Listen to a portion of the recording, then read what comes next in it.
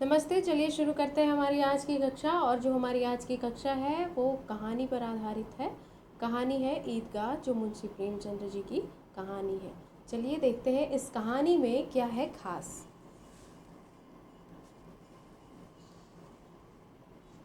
ईदगाह कहानी को के विषय में पढ़ने से पहले हम जान लेते हैं कुछ बातें जो ईदगाह से संबंधित हैं।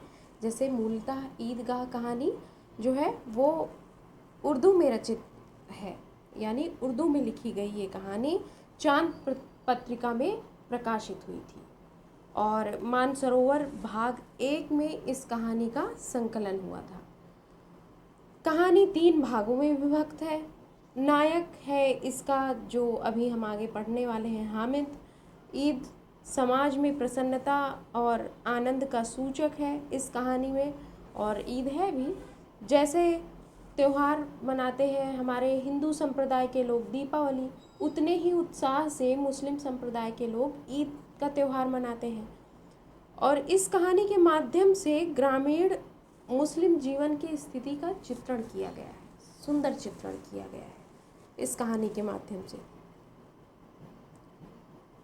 रमज़ान के 30 दिन बाद ईद का त्यौहार जो है वो आता है। और जो चिमटा है इसमें हामिद का, चिमटा भी एक नायक ही समझिए, क्योंकि हामिद का वो एक तरफ से कहें तो खिलौना है या अपने दादी के लिए उपहार। तो चिमटा जो है, उस चिमटे के माध्यम से यहाँ लेखक जो श्रम है, श्रम, कठोर श्रम के यथार्थ को दिखाना चाहता है। ठीक है, कठोर श्रम के यथार्थ की सौंदर्य अभिव्यक्ति कर रहा है। तो चलिए शुरू करते हैं हमारी आज की जो ईदगाह कहानी है। देखते हैं कहानी क्या है। प्रेमचंद की कहानी ईदगाह मासूम हामिद के माध्यम से गरीबी और परिस्थितियों से जूझते बच्चे की कहानी को बखूबी चित्रित करती है।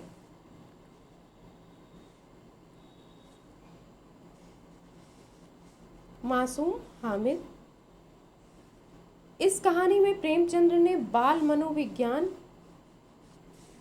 और मातृ वात्सल्य के सूक्ष्म पहलुओं को बखूबी प्रस्तुत किया है। ध्यान रखिएगा, प्रेमचंद्र ने बाल मनोविज्ञान और मातृ वात्सल्य के सूक्ष्म पहलुओं को बखूबी प्रस्तुत किया है। हामिद की त्याग भरी कहानी पाठकों के मन को छू जाती है और उन्हें बच्चों के कठिन जीवन पर गहरी सहानुभूति महसूस करवाती है। आपने ईदगाह कहानी देखी भी होगी, डीडी नेशनल पे ईदगाह कहानी का पहले प्रसारित होती थी। अभी आप देखेंगे तो प्रसार भारती है जो, उस पर भी आपको ईदगाह कहानी देखने को मिल जाएगी। बड़ी अच्छी कहानी है, अपने बच्चों को ज़रूर दिखाइए, क्योंकि ये बहुत अच्छा सा संदेश देती है ये कहानी। बचपन की मासूमियत और गरीबी इस कहानी में दिखाया गया है। सपने और बचपन। हामिद और उसके दोस्त मोहसिन, ध्यान रखिएगा दोस्तों का नाम, मोहसिन, महमूद, नूरे और सम्मी बच्चों की तरह खिलौने और मिठाइयों के लिए उत्सुक हैं। उनकी कल्पनाएं अनंत हैं और वे अपने सपनों में खो जाते हैं, लेकिन गरीबी के कारण उनके पास इन चीज़ों को खरीदने के लिए पर्याप्त धन नहीं है।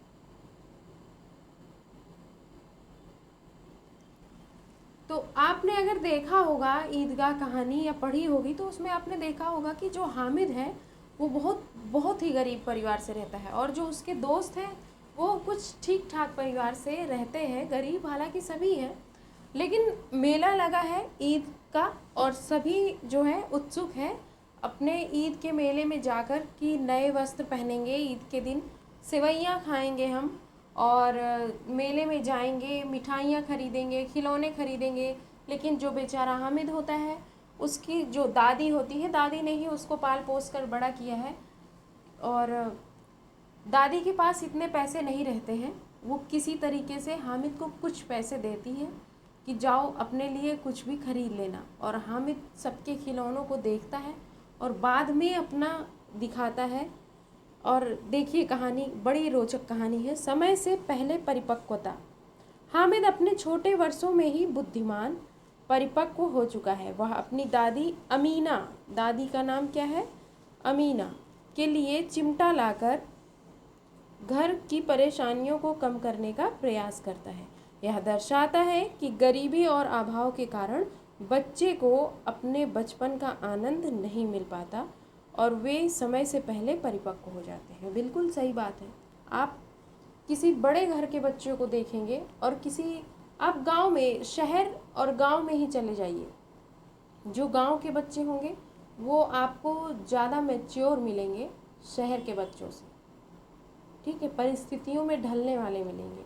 आप किसी बड़े घर के बच्चों को देखिए और किसी गांव के या किसी गरीब के घर के बच्चों को देखिए, तो दोनों की सोच में आप अंतर पाएंगे। मासूमियत का नुकसान। हामिद के सपने और उत्साह दादी के प्रति उसके स्नेह समर्पण से ही झलकते हैं, लेकिन उसकी मासूमियता और सादगी गरीबी के कारण धीरे धीरे खो जाती है। बिल्कुल सही है। गरीब बच्चों के जो है सपने कितने दम तोड़ते हैं। जो अमीर बच्चे हैं उनके पास 100-100 खिलौने होते हैं, 500-500 खिलौने, बहुत महंगे महंगे खिलौने होंगे, खिलौनों से कमरे भरे होंगे। और जो गरीब घर के बच्चे होंगे शायद उनके पास एक भी खिलौना नहीं होगा। फिर वो धीरे धीरे खिलौनों से खेलने की आदत को छोड़ देते हैं। लेकिन उसकी यह मासूमियता, ठीक है, यह कहानी बचपन की इस कामनीय मासूमियत के नष्ट हो जाने का दर्दनाक चित्र प्रस्तुत करती है। पात्र और उनका चरित्र चित्रण। हामिद 4-5 साल का गरीब लड़का, जिसके माता पिता की मृत्यु हो जाती है। वह अपनी दादी अमीना के साथ रहता है। वह समय से पहले ही परिपक्व हो गया है। वह अपनी दादी के लिए चिमटा लाकर उनकी परेशानियों को कम करने का प्रयास करता है। अमीना कौन है? अमीना को देखिए, हामिद इस कहानी का नायक है। अमीना हामिद की दादी है, एक गरीब बूढ़ी विधवा औरत। वह लोगों का काम काज करके खुद का और हामिद का पालन पोषण करती है। वह हामिद के त्याग और स्नेह से बहुत प्रभावित होती है और उसके लिए दुआएं करती है। अन्य पात्र देखिए कहानी में। हामिद के दोस्त हैं मुहसिन, महमूद, नूरे, भी गरीब बच्चे हैं जो अपनी सीमित संसाधनों से खिलौने और मिठाइयाँ खरीदने की कोशिश करते हैं। इनका चरित्र चित्रण बच्चों की मासूमियत और उत्साह को दर्शाता है। मुस्लिम समाज का चित्रण इसमें किया गया है। इस कहानी में प्रेमचंद्र ने मस्जिद में होने वाली नमाज की क्रियाओं का चित्रण करके मुस्लिम समाज की धार्मिक एकता और एकजुटता को प्रदर्शित किया है। ठीक है, जो नमाज होती है जहाँ पर मस्जिद में, वहाँ का चित्रण पूरा इसमें किया गया है, जो धार्मिक एकजुटता को दिखाता है कि कैसे सभी लोग एक साथ नमाज करते हैं। इस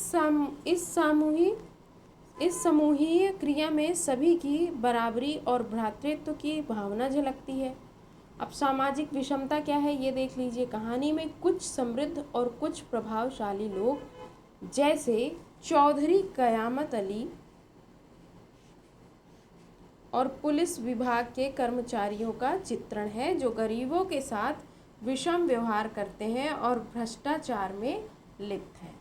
ठीक है, तो चौधरी कयामत अली भी इसमें है। मातृवात्सल्य देखिए कहानी में हामिद की दादी अमीना का चरित्र चित्रण मातृवात्सल्य और स्नेह का एक स्वच्छ उदाहरण है। वह हामिद के त्याग और गरीबी में भी उसके लिए दुआएं करती है। तो जो दादी होती है हामिद की, वो उसके त्याग के जो गरीबी में भी उसको दुआएं देती है। इतना त्याग हामिद का देख करके स्नेह उनके मन में होता है। कहानी की भाषा और शैली की बात करें तो सजीव वर्णन। प्रेमचंद्र की भाषा और वर्णन बेहद सजीव और मनोरंजक है। उन्होंने हामिद और उसके दोस्तों के खिलौने और मिठाइयों के लिए उत्सुकता को बखूबी चित्रित किया है। इससे पाठक भी उनकी कल्पना और उत्साह में शामिल हो जाते हैं। किसकी बात हो रही है? मुंशी प्रेमचंद्र की बात हो रही है कि प्रेमचंद्र ने जो चित्रण किया वो इतना सजीव है, इतना मनोरंजक है कि जो दर्शक होते हैं वो भी क्या होते हैं, शामिल हो जाते हैं प्रेमचंद्र की कहानी में, खुद को पात्र महसूस करने लगते हैं। प्रतीकात्मक भाषा। कहानी में कई प्रतीकात्मक और गहरे अर्थों वाले वाक्यांशों का प्रयोग हुआ है, जैसे हराम का माल हराम में जाता है, जिन्नात आकर उन्हें सारे जहान की खबर दे जाते हैं आदि। ये वाक्य कहानी की गहराई और सामाजिक संदर्भों को दर्शाते हैं। मनोवैज्ञानिक अंतर्दृष्टि। प्रेमचंद ने बाल मनोविज्ञान पर गहरी अंतर्दृष्टि प्रदर्शित की है। उन्होंने हामिद की मासूमियत, त्याग, परिपक्वता का सूक्ष्म चित्रण किया है।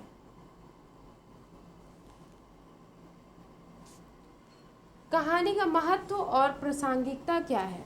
तो कहानी का महत्व है, बाल मनोविज्ञान पर प्रकाश है। कहानी में ईदगाह कहानी बाल मनोविज्ञान के बच्चों के भावनात्मक विकास पर गहरी अंतर्दृष्टि प्रदान करती है। यह बताती है कि कैसे गरीबी और कठिन परिस्थितियां बच्चों की मासूमियत और बचपन को नष्ट कर देती है। सामाजिक असमानता का चित्रण। कहानी समाज में व्याप्त सामाजिक और आर्थिक असमानता को प्रदर्शित करती है। यह दर्शाती है कि कैसे धनी लोग गरीबों के साथ विषम व्यवहार करते हैं और कैसे पुलिस भ्रष्टाचार में लिप्त है। प्रासंगिकता और समकालीनता। ईदगाह आज भी प्रासंगिक है क्योंकि गरीबी और अभाव के कारण बच्चों के बचपन और मासूमियत का नुकसान होना अभी भी जारी है।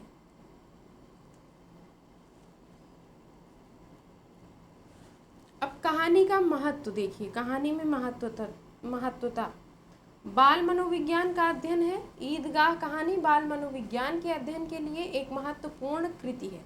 इसमें प्रेमचंद ने गरीबी के कारण बच्चों के समय से परिपक्व होने को दिखाया है।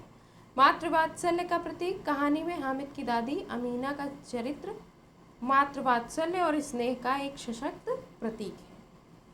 सामाजिक वास्तविकता का चित्रण। ईदगाह कहानी में मुस्लिम समाज और उसमें व्याप्त सामाजिक आर्थिक विषमताओं का यथार्थपूर्ण चित्रण किया है। यह प्रेमचंद के वस्तुनिष्ठ और सजीव कथन शैली का उत्कृष्ट उदाहरण है।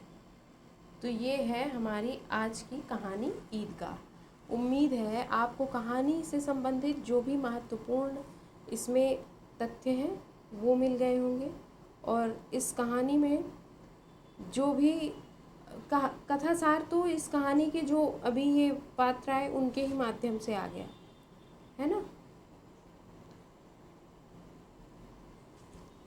तो आज के लिए ये हमारी कक्षा बस इतनी ही। चलिए मिलते हैं कल हम अपनी अगली कक्षा में। तब तक के लिए